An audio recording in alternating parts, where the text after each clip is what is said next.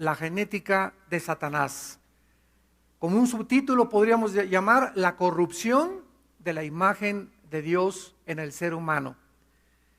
Y les pido que abran su Biblia en el capítulo 1 del libro del Génesis para iniciar esta maravillosa serie que va a contar tal vez de 2 conferencias.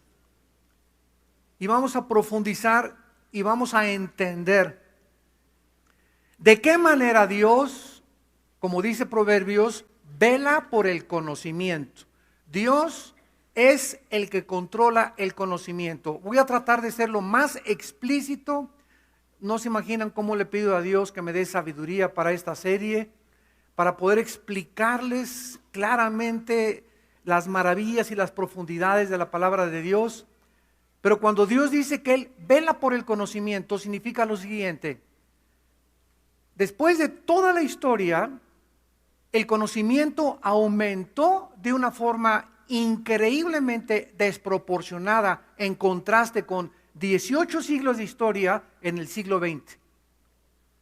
Ahora, ¿por qué los descubrimientos del siglo XX, como la fisión nuclear, la penicilina, la televisión, las computadoras, los satélites, por qué todo el motor de gasolina, por qué eso no se descubrió antes? ¿No te lo has preguntado? ¿Por qué no en el siglo XVI? ¿Por qué no en el siglo XVII? ¿Por qué tiene que ser en el siglo XX?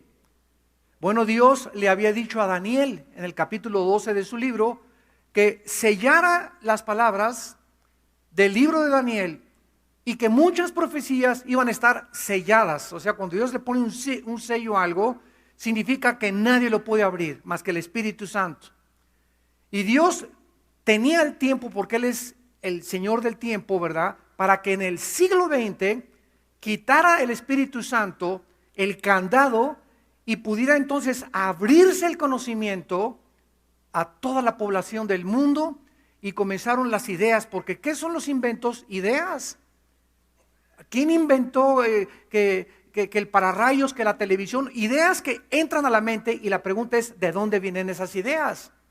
¿Y por qué tan pocos seres humanos tienen esas ideas? Einstein estaba haciendo cálculos y de repente dijo: E igual a mc al cuadrado, la energía es igual a la masa por la velocidad por la luz, etcétera, etcétera. ¿Y por qué solamente hay un Einstein? ¿Por qué solamente hay un Rembrandt pintor, un William Shakespeare? Son pocas personas las que tienen ideas que han transformado la tecnología, los avances científicos y el mundo, porque Dios se las ha dado. Y estas ideas y este conocimiento que en el siglo XX se abrió, va a ir aumentando mientras más nos acerquemos al final de la historia humana. Entonces, mientras más nos acerquemos al final de la historia humana, más vamos a entender este libro. Las profundidades que se encuentran y que no nos bastarían 1000 años más para poder saber que lo que sabemos, no lo sabemos como lo deberíamos de saber. Que miramos en parte, miramos como a través de un espejo. No podemos ver claramente porque nuestra imagen fue corrompida desde Adán hasta nuestros días. La imagen de Dios en nosotros fue corrompida. En otras palabras, el ADN, el código genético hereditario, fue alterado en el ser humano. Y el ser humano, cuando se rebeló contra Dios, perdió el conocimiento de Dios. Y comenzó a funcionar el ser humano guiado por lo que ve, por lo que oye, por lo que huele o por lo que se siente. Esta filosofía se llama empirismo. O sea, yo no creo lo que no veo, lo que no huelo, lo que no siento, que es la base del ateísmo, de la psicología y de la evolución, el empirismo. Sin embargo, venimos a la Biblia y nos damos cuenta que hay otra dimensión que trasciende el cerebro. El cerebro es un órgano y el cerebro es masa que no puede producir pensamientos ni conciencia. Una piedra no puede producir vida, la materia no puede producir pensamientos, la materia no puede producir conciencia. Entonces ahí es algo que trasciende el cerebro, que es la conciencia y los pensamientos. ¿De dónde vienen, señores ateos? ¿De dónde? ¿Quién produce esos pensamientos en nosotros? Esas ideas, ¿de dónde vienen? Y eso es lo que vamos a comenzar a inspeccionar, porque vamos a ver por qué Cristo tenía que nacer de una virgen. Y vamos a ver desde el principio de la creación qué tremenda profecía existe de que de la semilla de la mujer vendría el Mesías y Satanás tendría una semilla. Y vamos a ver también la relación tan increíble que existe, porque hasta a finales del siglo XX se descubrió la genética. Aun cuando en 1860 Gregorio Mendel fue el que comenzó con los primeros experimentos de la herencia, no fue hasta 1953-54 cuando Crick, un norteamericano científico, comenzó a descifrar el código genético del ser humano. Y acabó el siglo XX con el programa del genoma humano, gracias a Dios, dirigido por Francis Collins, que es cristiano, que están tratando de investigar más y más la información y el programa, el software que tenemos en cada uno de las billones de células de nuestro cuerpo humano. Nuestro cuerpo humano tiene billones de células y en cada célula de nuestro cuerpo se encuentra el centro, cromosomas, los genes y el código genético. Y en cada célula de nuestro cuerpo está la información para reproducirnos. ¿Quién puso ese programa, ese software en cada una de nuestras células? Que tiene la complejidad más grande de la empresa y la compañía más grande que el hombre pueda construir. Bueno, vamos a la palabra de Dios. Que le salga humo por las narices. Ya es importante que el pueblo de Dios piense. Fíjense lo que les acabo de decir. Ya es importante que dejes de ver telenovelas, Calimán, la revista Duda y tantas babosadas y tantas tonterías, y que comiences a memorizar la palabra de Dios, a vivir más cerca de Dios, para que el Espíritu Santo comience a expander tu mente y puedas entender tantas cosas que no entiendes por tu terquedad, por el pecado, porque el pecado obscurece y llena de tinieblas el entendimiento. Si hay un hombre que tiene una relación equivocada con su esposa y viene a la Biblia ese hombre, hasta que no arregles tu situación con tu esposa, se te cierra el conocimiento, se te cierra el entendimiento. Si hay alguna pareja de ustedes que tiene relaciones sexuales con su novio o alguna muchacha que se deja manusar por su novio, vienes a la iglesia, puedes cantar, puedes ser edecán, puedes hacer miles de cosas o puedes estudiar la Biblia y venir al ITI y al diplomado, se te cierra el entendimiento porque Dios es santo y podrán caminar dos juntos si no estuvieran de acuerdo de ninguna manera. Y entonces pasan los años ¿y por qué permite Dios a Satanás? ¿Y por qué el tsunami? ¿Y por qué el terremoto? ¿Y por qué permitió que se llevara a mi hijo? ¿Y por qué este accidente? Y comienzan las dudas y no tienes respuestas. ¿Por qué? Porque no entiendes los caminos de Dios. ¿Por qué no los entiendes? Porque no has caminado de la mano con Él. El pecado te ha impedido caminar con Dios y te ha impedido disfrutar esa vida en abundancia que Cristo nos vino a dar mediante el camino de la santidad. En Génesis 1, versículo 27, 26 y 27, la Biblia nos revela que el ser humano es una creación directa de Dios. La Biblia contradice la teoría famosa que postuló Carlos Darwin, de que somos el resultado de un accidente, de una selección natural, de una evolución fortuita y accidental, etcétera, etcétera, porque la Biblia dice que Dios dijo, hagamos al hombre a nuestra imagen y semejanza. El ser humano ha sido creado a la imagen y semejanza de Dios. ¿Qué significa esto? Significa que fuimos creados más arriba o en un nivel mucho más elevado que el nivel de los animales. Todos los animales tienen alma, como lo vamos a ver. Los animales tienen alma, que es el alma, las emociones, los sentimientos, el intelecto y la voluntad. Los animales pueden aprender. Los perros pueden aprender a abrir el refrigerador, a traerte el periódico. Los caballos son entendidos, los delfines mucho más. Los animales tienen entendimiento, pero limitado. Los animales tienen sentimientos. Los perros se ponen tristes. Yo recuerdo mis caballos que tenía hace muchos años, ¿verdad? De qué forma me seguían y de qué forma, aunque no los veía llorar mis caballos, manifestaban emociones, alegría cuando veían el maíz que les sonaba para que vinieran a comer el maíz, y tristeza cuando no tenían comida. En fin, los animales tienen emociones, tienen sentimientos que son el resultado del alma.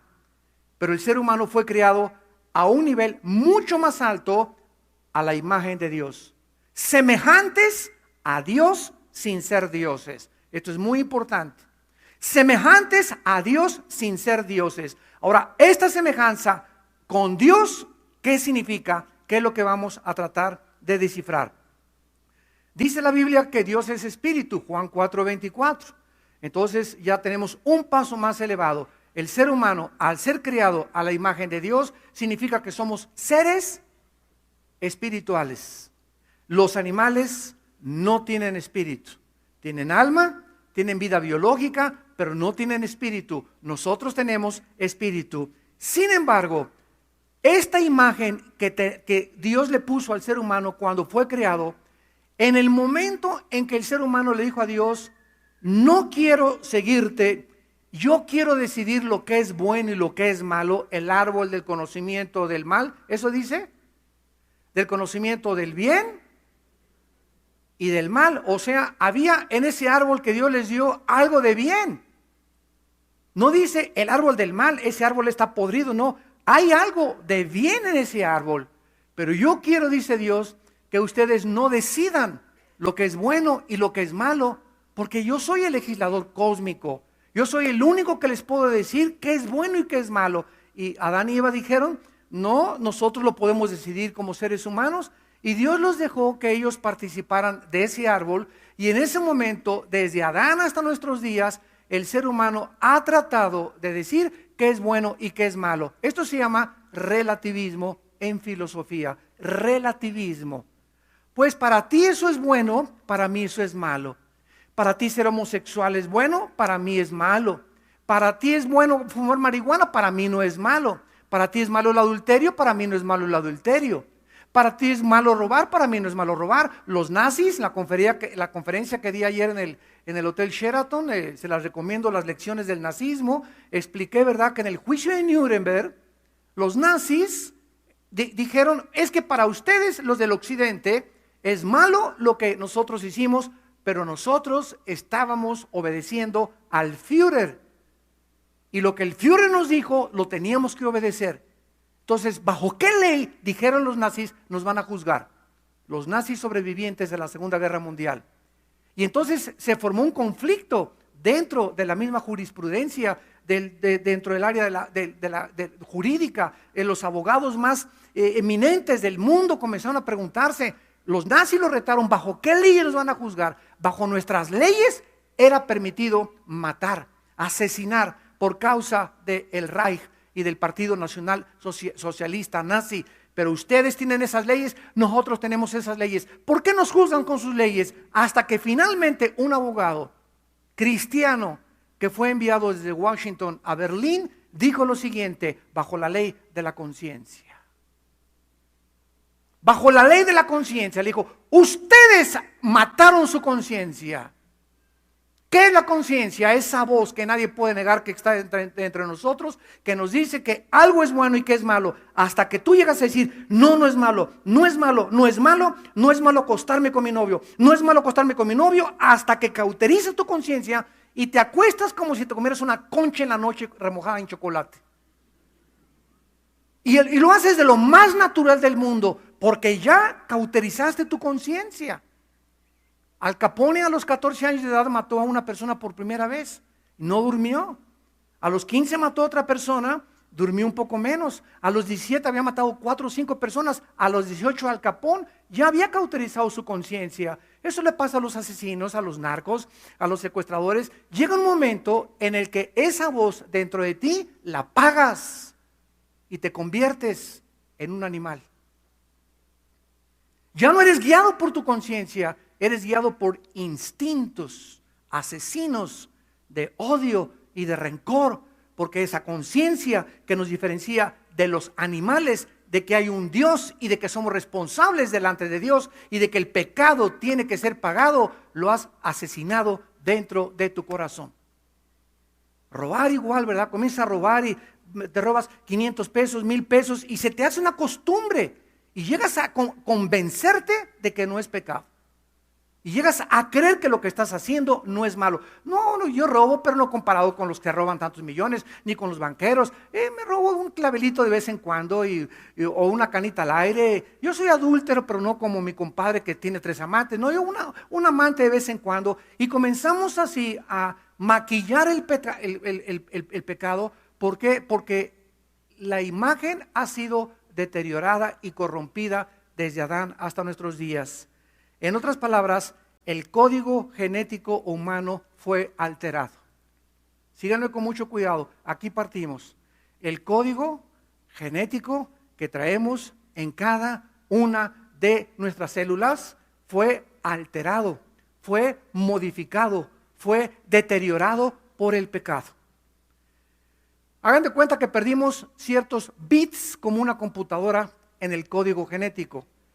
¿Y qué fue lo que perdimos cuando entró el pecado en el mundo? El conocimiento de Dios. Perdimos el conocimiento de Dios. ¿Qué es la vida cristiana? Juan 17:3. ¿Qué es la vida cristiana? Y esta es la vida eterna. ¿Qué? Conocimiento. Volver a recobrar, que te conozcan a ti y a Jesucristo a quien tú has enviado. ¿Qué es la vida cristiana? Volver otra vez a reprogramarnos, a volver a conocer otra vez a nuestro Creador. Y como el ser humano no sabe quién es Dios ni cómo es Dios, pero trae en su conciencia la eternidad, Eclesiastés capítulo 3 versículo 11, el ser humano inventó las religiones. ¿Qué son las religiones? Intentos, teorías, filosofías, sistemas de pensamiento que tratan de reunirse, ya viene la palabra religión, revolver, ligarse, de volver a ligarse con su Creador. ¿Cómo? A través de sacrificios, yéndome a la villa, golpeándome el cuerpo, portándome bien, siguiendo ciertos ritos, ciertas ceremonias, y aparece Cristo en el escenario. Y dice, ustedes adoraron en ese monte. Y los judíos dicen que así, y los musulmanes dicen que así, y los mormones dicen que así, y los bautistas dicen esto, y los nazarenos, y los judíos, y los musulmanes, etcétera, etcétera. Cada religión tiene su camino, y Jesucristo aparece y dice, mi Padre es espíritu, y los que le adoran en espíritu tienen que adorarle. Ustedes tienen que nacer de nuevo. Ustedes tienen una religión y se pueden ir al infierno con toda su religión, con todo y tu candelero aquí dentro de ti amarrado. Con todo y tu escapulario, te vas al infierno, porque las religiones no salvan a nadie. Apareció el Hijo de Dios para salvar al mundo con su sangre en la cruz. Es la sangre de Cristo la única medicina provista por Dios como solución a nuestros pecados. Entonces, ¿por qué? Ahora comienza a entender por qué funcionamos como funcionamos. ¿Por qué después de 6,000 años de historia, el Instituto para la Paz en Suecia y Estocolmo dice que de 6,000 años de historia han habido 25 años de paz? O sea, toda la historia humana son guerras. Y guerras napoleónicas, y guerras de Alejandro el Magno, y de Carlos Magno, y de las tribus, y de católicos contra protestantes, y de árabes contra judíos, y de blancos contra negros, y guerras, esposo contra la esposa contra el esposo, los hijos contra los padres contra los hijos, divisiones por todos lados, el pueblo contra el gobierno explotando a los trabajadores, los banqueros aprovechando de eso. Vemos en el mundo una rebatinga tremenda que hace que muchas personas digan, ya, justicia, justicia, y salen a las calles a protestar porque queremos un mundo mejor, queremos un mundo justo, queremos un mundo donde respeta nuestros derechos, y nosotros mismos traemos la guerra en el corazón. ¿De dónde viene todo esto? Del código genético que traemos alterado, modificado, corrompido por el pecado. Al haber escogido comer del árbol del conocimiento del bien y del mal, el ser humano se endiosó. Decidió él determinar qué es el bien y qué es el mal. Y esta es la razón por la cual el mundo se encuentra como se encuentra.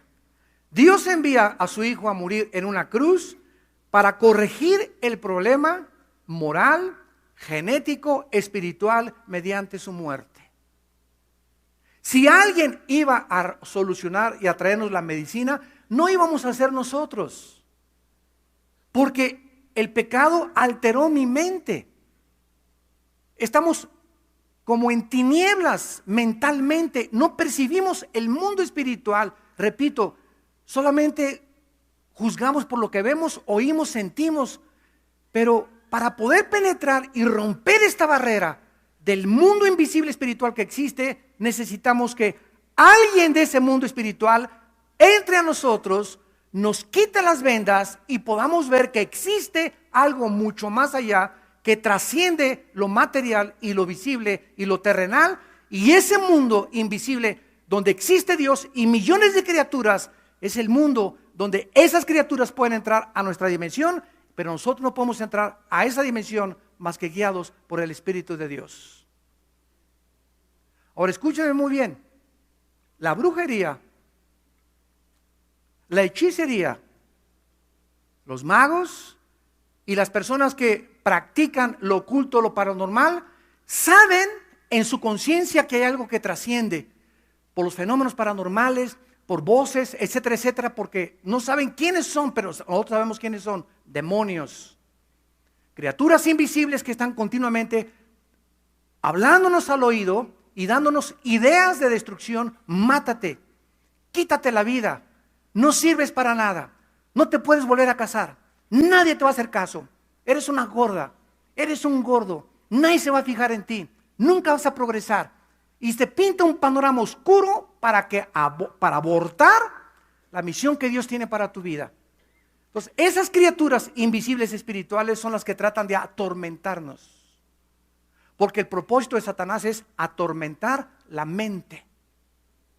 Y si tú permites que esas ideas de celos, de envidia, de avaricia, de codicia, de odio y de rencor por otros llenen tu corazón, bloqueas totalmente la ayuda del Espíritu Santo en tu corazón y no vas a poder ver la luz ni la verdad jamás.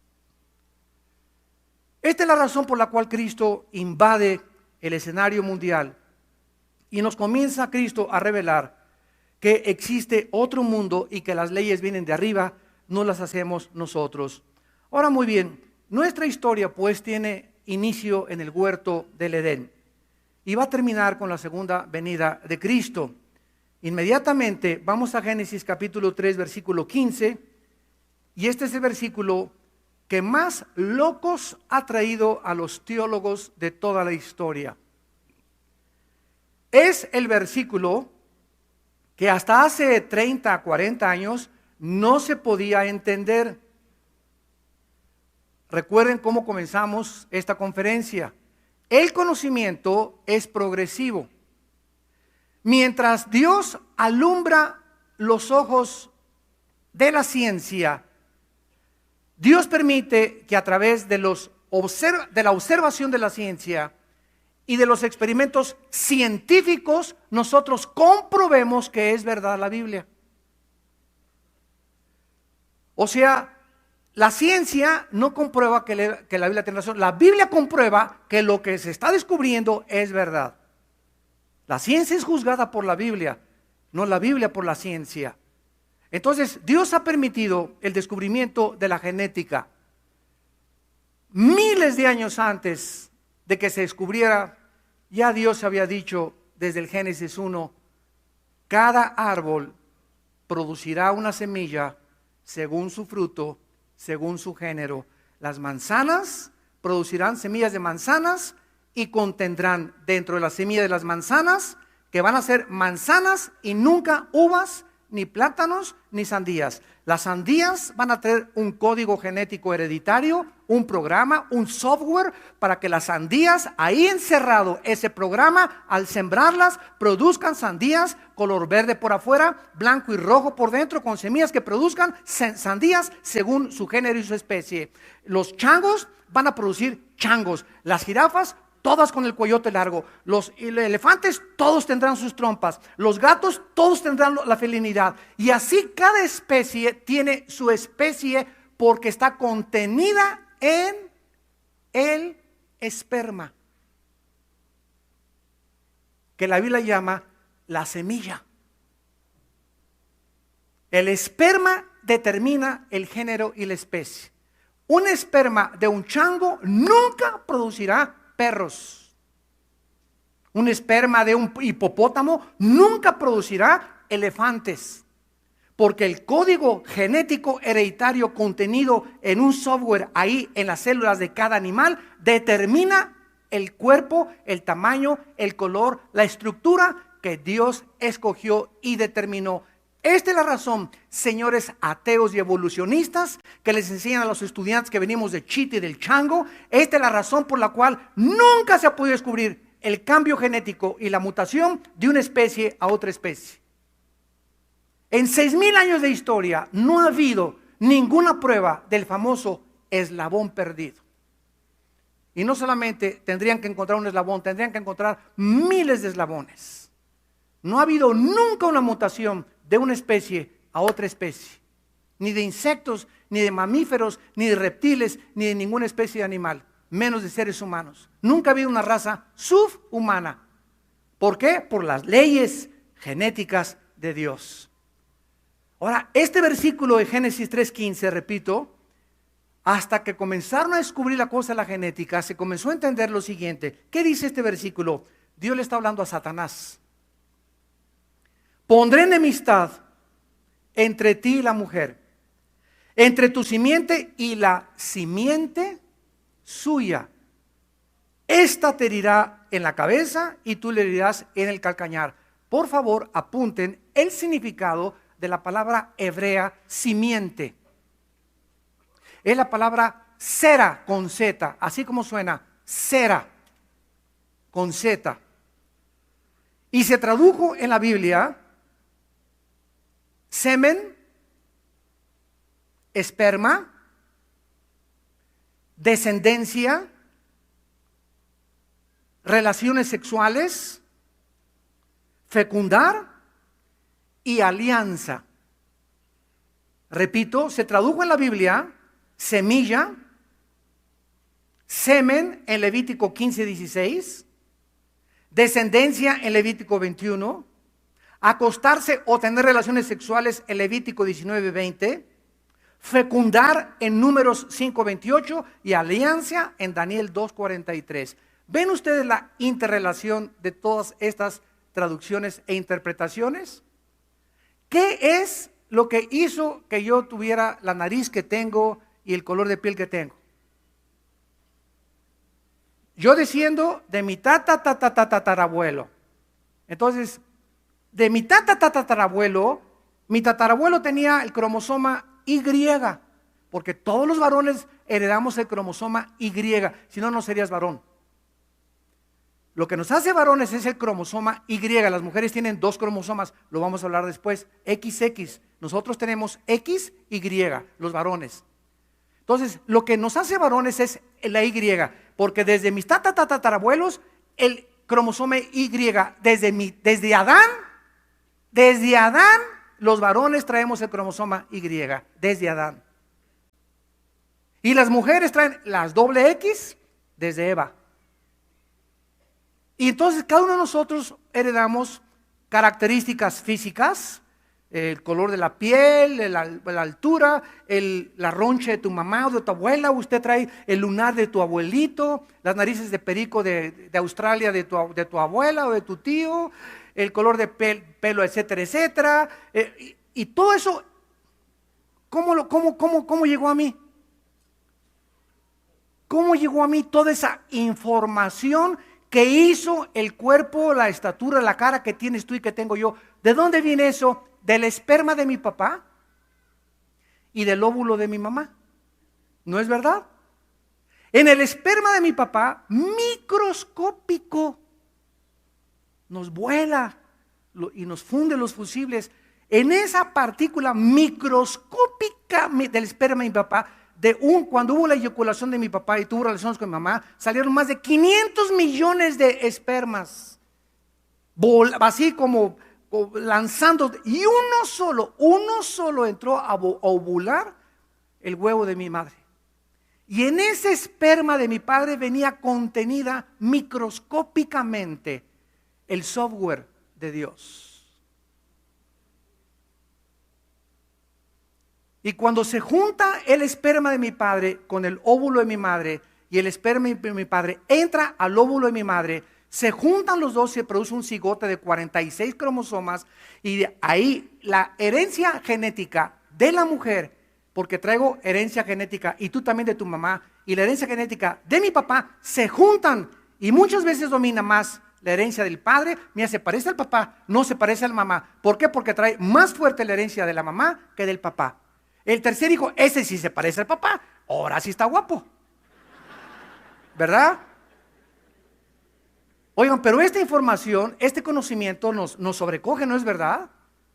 Qué increíble que en cosas tan microscópicas se encuentre encerrado toda esta información, que hasta 1860 Gregorio Mendel, un monje austriaco en Europa, con experimentos con chícharos, comenzó a ver que se transmitían de los chícharos el color, etcétera, etcétera, y hasta 1953 se puede penetrar con los microscopios electrónicos a descubrir la formación del ADN, del ácido desoxirribonucleico, que es el ADN. Bueno, aquí vemos pues en este versículo, Génesis 3:15, que hay un misterio tremendo. ¿Cuál es el misterio?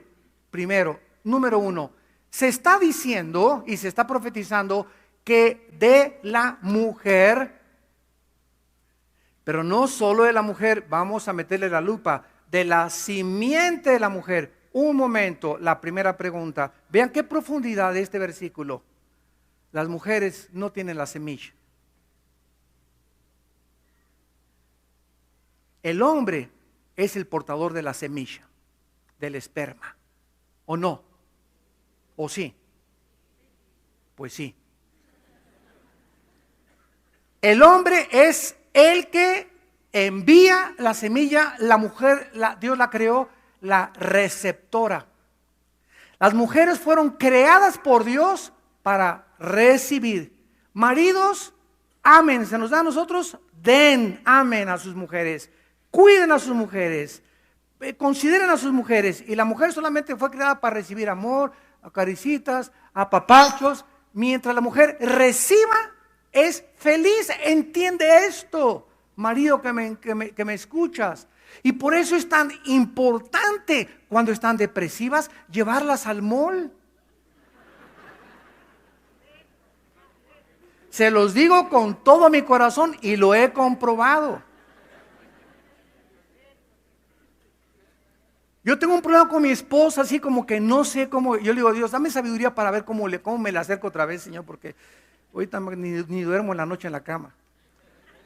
Y siempre viene a mi mente, ¿no? Estoy enojado con mi esposo, cualquier cosa, un conflicto, aquí hubo un desacuerdo con los hijos o lo que sea, y ahí está, ¿verdad? Con sujeta ella por un ratito y yo no sé qué hacer, ni mucho menos. Es mágico. Le digo, vamos de compras, gorda. Hasta se le cambia la cara.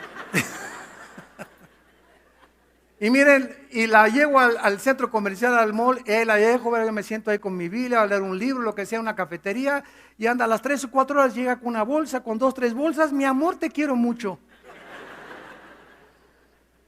Así fueron creadas por Dios. Nunca una mujer estará satisfecha con 30 pares de zapatos. Siempre querrán uno más. Tiene 50 vestidos, querrá uno más. Porque fueron creadas así, para recibir y nunca están satisfechas.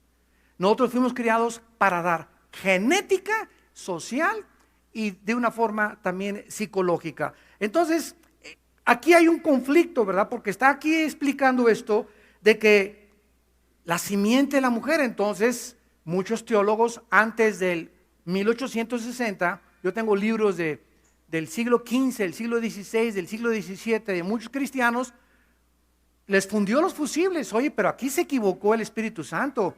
No puede esto ser posible, porque la mujer no es la portadora de la semilla. ¿Cómo puede Dios haberse equivocado y haber dicho que de la semilla de la mujer, la semilla la tiene el hombre, no la tiene la mujer? Pero cuando pasó el tiempo y Dios comenzó a abrir el conocimiento y comenzamos a penetrar en las profundidades de la ciencia y de la genética y del ADN. Se descubrió entonces, ¿verdad?, que el hombre es el que trae la semilla y que aquí lo que Dios estaba diciendo era lo siguiente, que es la primera profecía de que el Mesías nacería virginalmente. La mujer no pondría la semilla, la pondría Dios.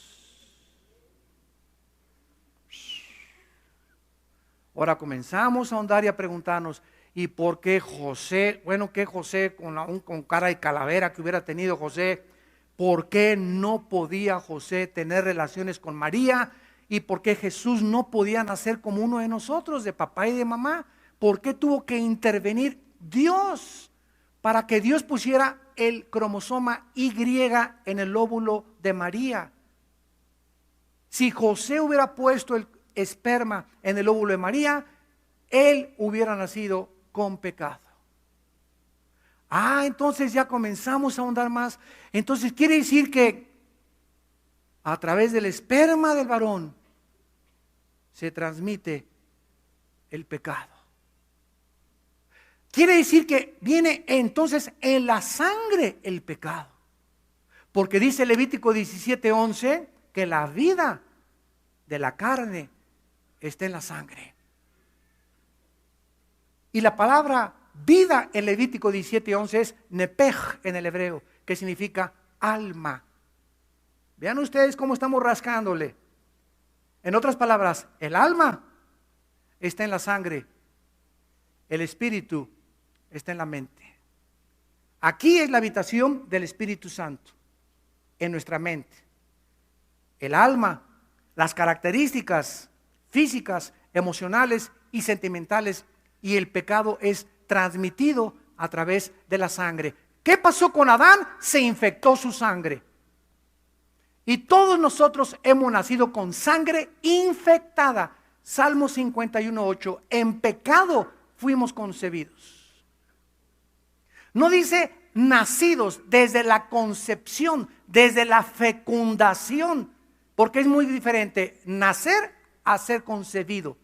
Por eso no dice, y la Biblia, y Jesús nació, y la Virgen, lo vamos a ver, concibió, que es la palabra que hubo una unión entre un esperma y el óvulo de ella, es concebir, fecundar. Hubo algo ahí que hizo que Cristo naciera sin pecado a través del esperma que Dios puso en María. Y vamos a ahondar un poco más adelante esto, porque de la misma manera que se nos habla de una semilla, de un esperma, de un semen, de un linaje que vendría de la mujer, nos dice que Satanás tiene también una semilla.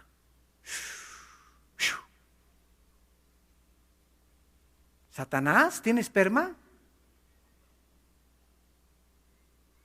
¿Puede Satanás producir una descendencia? Ya vimos la traducción de Sera, descendencia, linaje. ¿Puede Satanás de alguna manera mezclarse tal vez con algún ser humano o los ángeles caídos y alterar la genética humana y producir monstruos?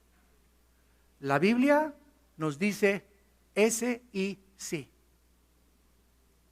como lo vamos a ir comprobando.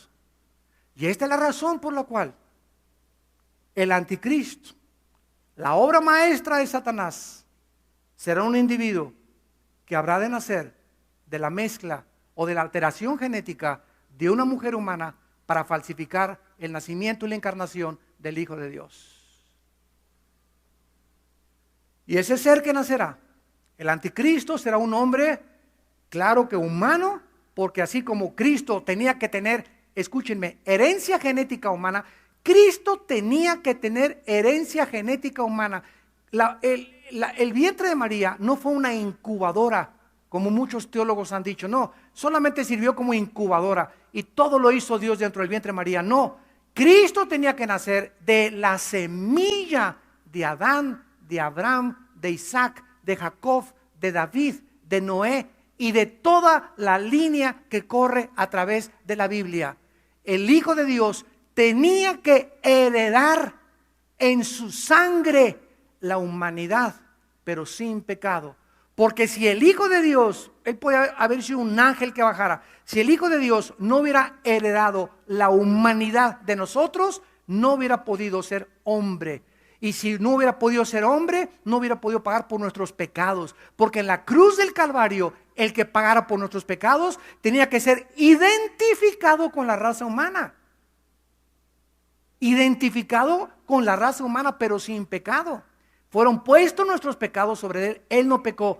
Pero el que moría en la cruz no solo tenía que ser hombre, tenía que ser Dios. ¿Por qué? Porque solo Dios nos puede perdonar. ¿Ya van entendiendo el plan de redención? No nada más, Cristo nació en Belén, su mamá fue la Virgen María, bla, bla, bla, bla. Y no pasamos de esas cosas, tenemos que pensar y ahondar y ver qué maravillosa es la Biblia. A la luz de la ciencia, la genética, la química, de la física, la antropología, de la sociología y de todas las disciplinas académicas que existen. Es maravilloso, de la literatura, de la poesía. Es un libro extraordinario. Y de veras no hay un gozo más grande que enseñar la Biblia y que aprender la palabra de Dios. Nos va abriendo la mente y y así vamos como los niños, ¿verdad? Entras a la clase japonesa, esa es la A, esa es la B, esa es la C, y ya conoces el abecedario en japonés y comienzas a armar ya frases y en hebreo igual y en griego, y cualquier cosa que aprendamos así tiene que ser. Toma tiempo, dedicación y disciplina. Y pagar el precio de querer aprender, de querer conocer a Dios. Muy bien, ¿qué ha hecho entonces Satanás después de saber que de la semilla de la mujer, escuchen, el Hijo de Dios vino al mundo gracias a una mujer? El cuerpo de Cristo genéticamente vino de una mujer, no de un hombre. Las mujeres, arriba las mujeres.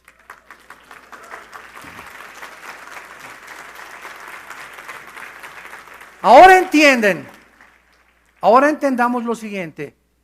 Desde este principio, precisamente porque Satanás sabía que a través de una mujer iba a venir el Mesías, dice, pondré enemistad. Esta palabra Eva con B grande en el hebreo significa odio continuo del hombre a la mujer.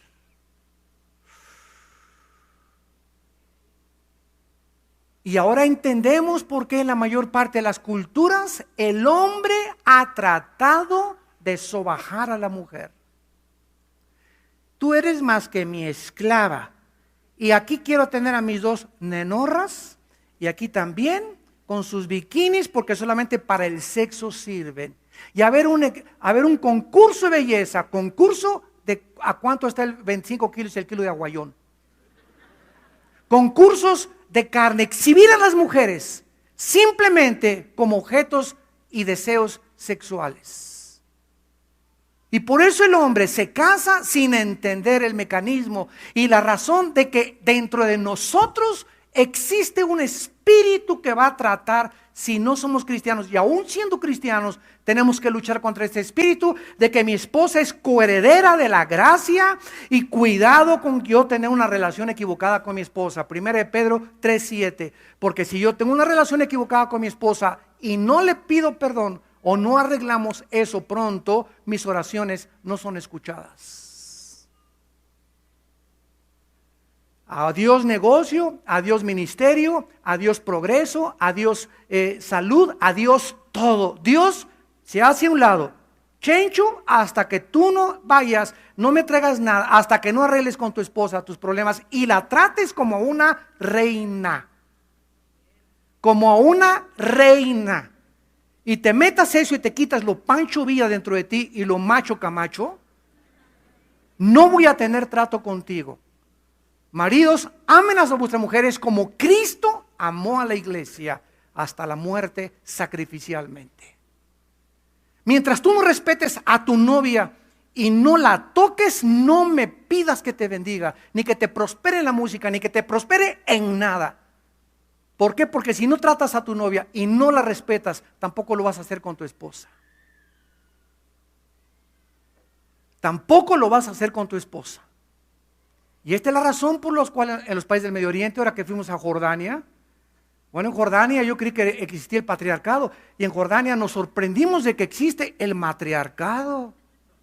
Asústame, hay que buscar tamaros ahora, en lugar de Tamar.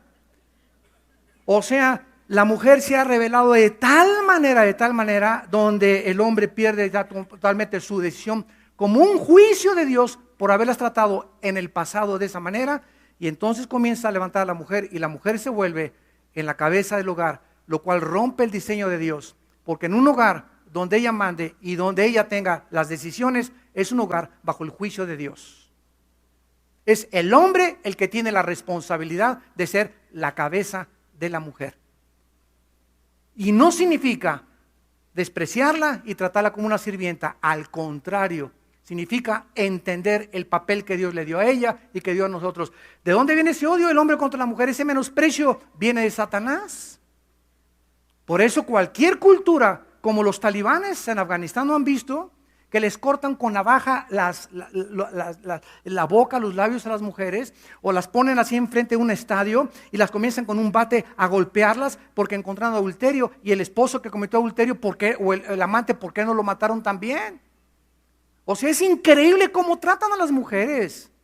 En Irán se les prohíbe hacer negocio, en otros países como Jordania se les prohíbe comprar sin el permiso del esposo, no pueden manejar en los países árabes las mujeres, tienen que pedirle permiso al esposo, la han rebajado tanto que por eso hay tantas maldiciones en esta zona geográfica del mundo.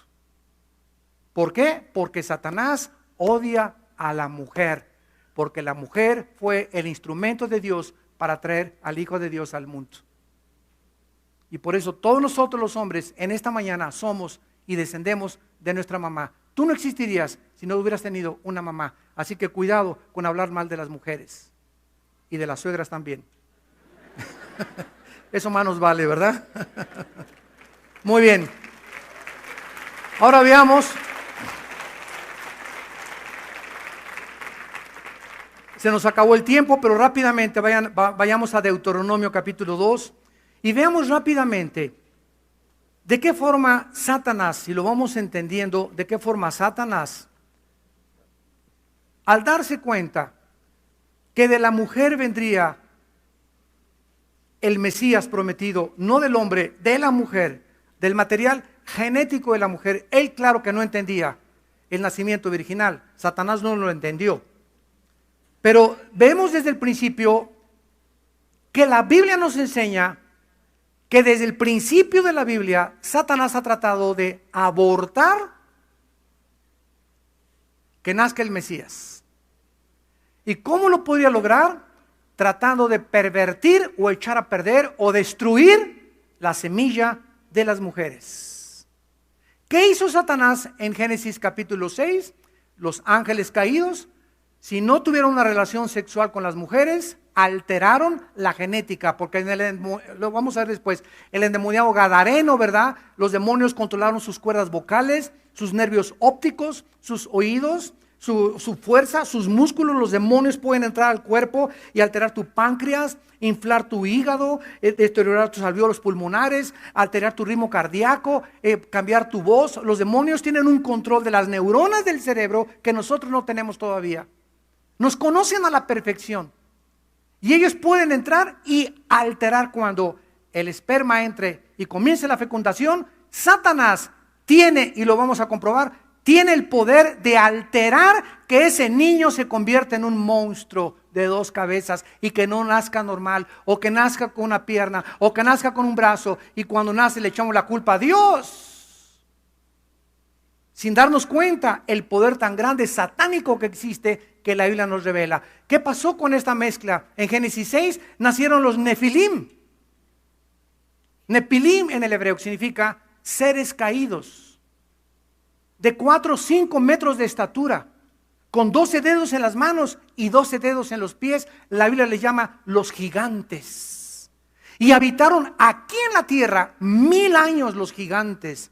Hubo una población de gigantes que eran mezcla ángeles caídos, seres humanos, 1000 años. ¿Y quiénes fueron estos gigantes? Los que no querían que el pueblo de Dios entrara a la tierra prometida. Veamos rápidamente en Deuteronomio 2, del 10 al 11. Los semitas, significa terribles en el hebreo, habitaron en ella pueblo grande, numeroso, como los hijos de Anac. Por gigantes eran tenidos los hijos de Anac, los moabitas y los llamados emitas. Versículo 20. Por tierra de gigantes fue también ella tenida, habitaron en ella gigantes en otro tiempo, a los cuales los amonitas llamaban los somsomeos. La palabra somsomeo significa poderosos, vigorosos, crueles y sanguinarios. Brinquémonos al capítulo 3 de Deuteronomio, versículo 11, y vean ustedes esto que nos va a asombrar. Deuteronomio 3, 11. Porque únicamente, escuchen esto, está hablando de un rey en la tierra de los cananitas. Og, rey de Basán, había quedado del resto de los gigantes. Su cama, una cama de hierro, no está en Rabá de los hijos de Amón. La longitud de la cama de este chiquilín era de 9 codos. Un codo es aproximadamente 63.5 centímetros. Es la medida antigua, Babilonia y Caldea, de aquí a la punta del dedo. Aproximadamente 65 centímetros. Esto significa que la cama de este rey medía 5 metros. Su anchura 4 codos, 3.20 metros. Según el codo de un hombre, que son 63.5 metros. Versículo 13. Y el resto de Galad y todo Basán del reino de Og, toda la tierra de Argob, que se llamaba la tierra de los gigantes, le di a la media tribu de Manasés. Rápidamente, segunda de Samuel 21, y veamos quién acabó con los gigantes. No es de sorprenderse, ni más ni menos que el rey David. Aleluya. Dice segunda de Samuel 21, versículo 20. Hubo otra guerra en Gat, donde había un hombre de gran estatura, el cual tenía 12 dedos en las manos, 12 dedos en los pies, 24 por todos, y era también Sera, descendiente o del esperma o del linaje o del semen de los gigantes. Vemos pues que todo esto comenzó a transformar el mundo porque Satanás quiso alterar la genética, producir monstruos, al darse cuenta que en ninguna de las mujeres con las que se mezclaron los ángeles pudieron producir al Mesías. Entonces los gigantes desaparecieron de la tierra. Los griegos hablan de los titanes, y las mitologías caldeas, fenicias y sirias mencionan también en su mitología a que hubo gigantes aquí en el mundo habitándonos. David acaba con ellos, y uno de ellos fue Goliat. Y cuando David se enfrenta a Goliat, nos damos cuenta que un solo gigante había aterrorizado al ejército de Saúl. Y cuando David se enfrenta con Goliat, recoge 5 piedras. 5 es el número de la gracia. Y las mete aquí en su bolsa. Tú vienes a mí con espada y lanza, y yo vengo a ti en el nombre de Jehová de los ejércitos, filisteo incircunciso, hijo de Moloc. Y ahí y que pedradón que le da aquí al gigante, ¿verdad? Porque juntó, aquí lo vemos, no lo leí en segunda de Samuel 21, ahí menciona que Goliat tenía 4 hermanos. En otras palabras, David decía, y échame a tus 4 hermanos también. Bueno, esto ya es una especulación, ¿verdad? Pero yo estoy seguro de que si así fue. Padre, te damos gracias por tu palabra en esta tarde. Ayúdanos a seguir, Señor, discerniendo, penetrando el maravilloso mundo espiritual que solo tu Espíritu Santo nos puede revelar, porque Él escudriña lo más profundo de Dios. El hombre natural no entiende estas cosas, porque estas cosas se tienen que discernir espiritualmente. Te damos gracias por el plan tan maravilloso, tan perfecto, que tú diseñaste desde el principio para salvarnos a través de la sangre de tu Hijo Jesucristo, en quien oramos y te damos las gracias. Amén. Antes de despedirnos rápidamente, cualquiera de ustedes que en esta tarde quiere invitar a Cristo a sus vidas, comenzar a caminar con Dios, para conocer a Dios, haz esta oración ahí desde tu lugar. Dile: Señor, te pido perdón por mis pecados. Creo que en la cruz pagaste por ellos con tu sangre, que a los 3 días resucitaste de los muertos y que tú eres el Salvador, el Hijo de Dios, que viniste al mundo a traerme la medicina para la maldad que existe en mi alma, en mi cuerpo y en mi mente. Lávame con esa sangre medicinal, Señor Jesús. Transforma mis pensamientos y hazme una criatura conforme a tu imagen y semejanza. En el nombre del Señor. Amén.